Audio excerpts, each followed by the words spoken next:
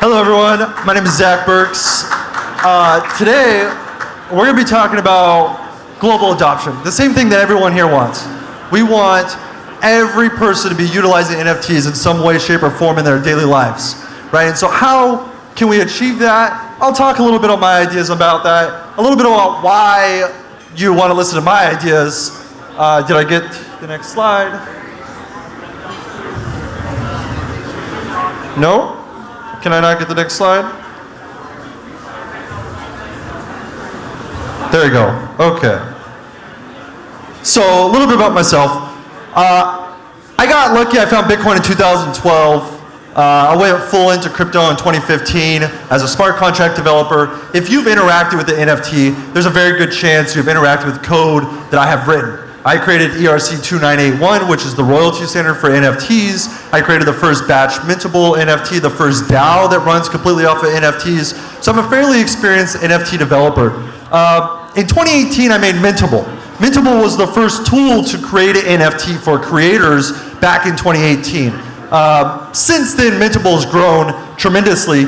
Now, Mintable is an open marketplace. And our goal is for my mom, who is a construction worker in California, to be able to utilize NFTs on a daily basis. My mom can barely use Facebook.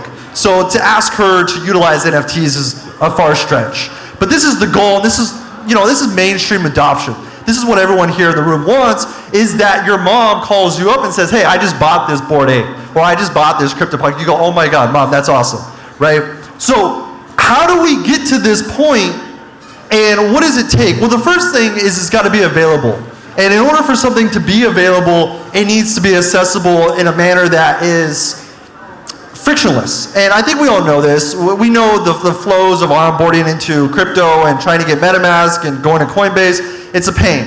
And so that's the first thing that we need to solve.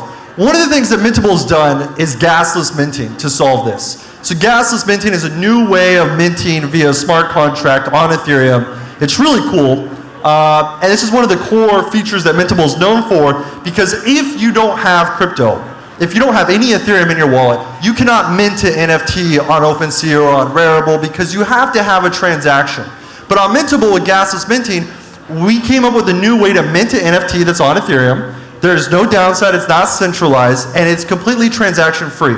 It's a real ERC-721 that you own, and you have the option to trade, sell, buy, do whatever you want to do, right? So this is important because this allows my mom, who does not have a Coinbase account, to go on and mint her first NFT. And so we can solve the minting and the creation process with Gasless Minting, but the next step is, can my mom buy an NFT? And the answer is no, she still doesn't have ETH. And if she doesn't have any kind of crypto, then she's not going to be able to do that. So with Gasless Minting, we've got the creation covered. The next thing though is the credit card payments. My mom can go on Amazon, my mom can go on Etsy. She can put in her credit card info and buy something online. She should be able to do that for NFTs. So we have partnered with Word to allow for NFT purchases via credit card. So you can buy any NFT on Ethereum, any ERC-721, using your credit card purchase. So now, again, my mom, who has never used Coinbase, can come on and buy a Bored Ape. I probably can't buy a Bored Ape with her credit card. That's a lot of money. But she could buy a more affordable NFT with her credit card without ever have had any Ethereum in her wallet. And so that's huge. That's a big step for adoption, to be able to do something like that and get a new set of users where you can go pull someone from the street and they can buy an NFT using their Visa, right? This is an important milestone that we need to be able to do. And this passes that mom test. And this is why I talk about my mom, is because it's a really critical test that we need to look at from the NFT space overall, is just simply ask yourself, can my mom use this? Can my neighbor use this? Can my cousin use this? And so this is kind of the core principle that we take at Mintable, is can, an everyday person that has never done anything in crypto and blockchain utilize what we've built. This is an example of our new marketplace that's gone live. We actually did a soft launch. If you go to mintable.com or mintable.app, you can see it. We've got every single NFT on Ethereum that's for, you can make offers, comments, you can see rarity attributes. It's really cool. And so one of the things here is that now that we have indexed every transaction and every 721 on the Ethereum blockchain, my mom can go in and say, look, I really like this Pudgy Penguin right here. And she can purchase this now and be involved in the space and not just be buying something that was created on our platform or buying something that she was introduced to by her friend, but instead actually taking part in World of Women, such as the awesome projects out there, and the V-Friends and all the other communities that may be relevant. On the flip side, you want to provide a wide variety. And so what that means is that we won't get to mass adoption until my mom is slapped in the face with NFTs everywhere she goes. When she walks into Starbucks, if they don't offer her a QR code to get an NFT, then we're not at mainstream adoption. And so how do we get to that point? Well, when you look at something like Gasless Minting, if McDonald's, they just did their 10 McRib NFTs. And there's a reason they did 10. Because their customer base globally is, billions. So if they want to make, let's just say, 1 million NFTs, they're looking at $25 million minimum in gas costs. And when you go to a business like McDonald's and you say, hey, it's a $25 million upfront cost to experiment with a new technology, they're going to say, no way. But when you offer them something like Gasless Minting and allow for them to make 1 million NFTs on Ethereum for free and issue them to 1 million different people, then they say, okay, well, what's the catch? Well, there is none. So now they can start diving into NFTs and offering them with a QR code that you scan, as you walk into McDonald's or you go into your grocery store. These are interesting varieties of NFTs that you may not have a community around. You're not going to build a World of Women or a Bored Ape Yacht Club community around a Starbucks coupon that comes as an NFT. But you may go to Starbucks.com and they may authorize you access to special sales or special products based off of that NFT as a membership access badge. And that is something that my mom might want to buy. And she may want to buy that on an NFT marketplace, right? And so this variety is something that is really important.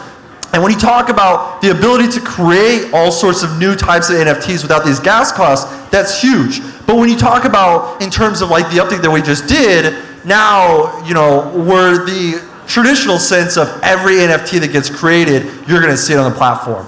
And, funny note here, actually, when we were building this and I'm testing it, I would go through and I'd find these projects that are being minted right now, and I can see that they're being minted like in the last minute. And I've never heard of the projects before. But I would immediately go research them, find their website, and I would see that they're minting, and I would just throw money at it. And so the month that we were building this, and testing this, I spent at least, 100x of what I normally buy in NFTs from discovering new projects. And so having a discoverability to a marketplace is really important. And one of the ways that we wanted to approach this was with categories. When you're on Amazon, there is no browse page on Amazon. You don't get to just click browse and see just random millions of items that Amazon has for sale. You have to go into a category. So with this new update, we have created over 400, I think, or 300 or so, it's around 400, categories for NFTs. And what this means is that if you're a creator and you're making a rap song, you would put it under music rap. But if it's a folk song, we have that category as well. If it's videos or templates or utility, we have over 400 categories, and this makes the buying experience easier so that when you look for art, pixel art, you know what you're going to find. And if you look for art abstract or art crypto or collectibles, aliens, you know what you're going to find under these categories. Hopefully you'll never have to scroll past page 1 because you never go to page 2 on Amazon. And so that's the goal, right? Everything that we think about at Mintable is for mainstream adoption. And this is the key, is to get the moms involved into NFTs. It needs to match Amazon. It needs to match the experience on Etsy, on eBay, and be something that is familiar. So this is really important. And the last thing is innovation. We really need to innovate in the space. And if you're creating a project or a marketplace or a dApp that is using NFTs, I encourage you to think outside the box and don't just do what OpenSea does or what Mintable does or what Foundation does, but think differently about how you're building this and think about how you can reach your mom or your neighbor or your cousin or uncle and how they could be using the platform in a better manner and innovate so that we can push the industry forward in a new manner. And I'll give you an example of this that we've done at Mintable, which is our rarity meter. Really quick, if I show you a Babe Ruth card, and it's a 1970s Babe Ruth card, how many here can tell me the price of that card? I doubt anyone here could get close to the actual price of that card because we're in the NFT space. We're not in the baseball card space. In fact, I don't even know if a 1970s Babe Ruth card exists. I just made that up. The point is the same issue comes to light when you look at NFTs. If I show you a specific mutant ape, what is the price of that NFT? Unless you are diving into mutant apes and you know the mutant ape price in the floor, you can't give me an estimate. So when I show my mom and I say, hey, look at this CryptoPunk, what do you think the cost is? And she goes, oh, well, I know you're in NFTs, it's probably $10,000, something absurd. I'm like, no, try 4 million, right? There's this problem of knowing what do I put from my wallet onto the price point of this. Should I spend 100 grand or should I spend $500? So we built a rarity meter, something that everyone here has probably used rarity tools, but I don't like the way that rarity tools calculated things. So we built our own algorithm for classifying attributes, and we use geometrical statistical analysis on attributes. It's similar to rarity tools. You'll get about half of the top 10 will match, and then you'll have a whole new half that you probably never thought about before that are interesting and rare. So being innovative and saying, you know what, I don't like what rarity tools did, I'm going to build a better solution is important to push our space forward. And so I encourage everyone to do that, and I also encourage everyone to go check out Mintable.com or Mintable.app, both of them work, and you should look at the rarity meter and look at the data and the analytics that we provide for a project like, say, Bored Ape or, you know, Mechaverse or World of Women, and check out, you know, the ease of use of identifying if something is common or something is ultra rare or, you know, the holy grail. These are important aspects that I think are missing on a lot of marketplaces and a lot of ecosystem projects, is the consideration of what will my mom think when she looks at this page. And so that is how we get to global adoption, is when your mom can look at the page and understand what she is seeing and not question it. That is when we have hundreds of millions of people utilizing NFTs on a daily basis. So we got to get there.